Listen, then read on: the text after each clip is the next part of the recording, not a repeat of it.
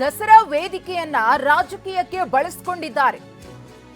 CM Siddaramaiah, ಜಿಟಿ ದೇವೇಗೌಡರ ವಿರುದ್ಧ ಛಲವಾದಿ ನಾರಾಯಣಸ್ವಾಮಿಯವರು ವಾಗ್ದಾಳಿಯನ್ನು ನಡೆಸಿದ್ದಾರೆ.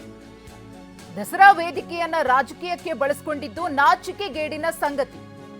ರಾಜಕಾರಣಿಗಳ ತೆವಲು ತೀರಿಸಿಕೊಳ್ಳುವ ವೇದಿಕೆ ಆಗಬಾರ್ದದು. ಸಿಎಂ ಅವರು ತಪ್ಪು ಮಾಡಿಲ್ಲ ಅಂತೀರಾ? ಅದನ್ನ ಹೇಳ್ಕೊಳ್ಳೋಕೆ ವೇದಿಕೆ ಅದೇನಾ ಅಂತ ಹೇಳಿ ಪ್ರಶ್ನಿಸಿದ್ದಾರೆ. ರಾಜಕೀಯಕ್ಕೆ ರಜೆಯನ್ನ ಹಾಕಿ ಗತವೈಭವದ ಬಗ್ಗೆ ಮಾತನಾಡಬೇಕಿತ್ತು ಅಂತ ಛಲವಾದಿ ನಾರಾಯಣಸ್ವಾಮಿ ಕಿಡಿಕಾರಿದ್ದಾರೆ.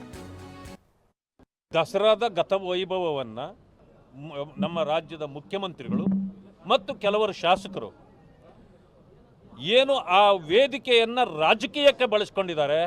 ಇದು ನಾಚಿಕೆಗೇಡಿನ ಸಂಗತಿ ಅಂತ ನಾನು ಹೇಳಲಿಕ್ಕೆ ಬಯಸ್ತೇನೆ. ಇಲ್ಲಿ ರಾಜಕೀಯ ಪ್ರಸ್ತಾಪಗಳು ಆಗಬಾರ್ದಾಗಿತ್ತು. ನಿಮ್ಮ ರಾಜಕೀಯಕ್ಕೆ ಅಷ್ಟು ರಜೆ ಹಾಕಿ ನೀವು ಗತವೈಭವಗಳ ಬಗ್ಗೆ ಮಾತಾಡಬೇಕಾಗಿತ್ತು. ಅದನ್ನು ಬಿಟ್ಟು ನೀವು ರಾಜಕೀಯಕ್ಕೆ ಬಳಸಿದ್ದೀರಿ.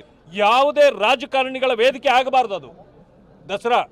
ಈ ರಾಜಕಾರಣಿಗಳ ತೆವಲುಗಳನ್ನು ತೀರಿಸ್ಕೊಳ್ಳಿಕ್ಕೆ ಅದನ್ನು ವೇದಿಕೆ ಮಾಡಬಾರ್ದು ಅಂತೇಳಿ ನಾನು ಮನವಿ ಮಾಡ್ತೀನಿ.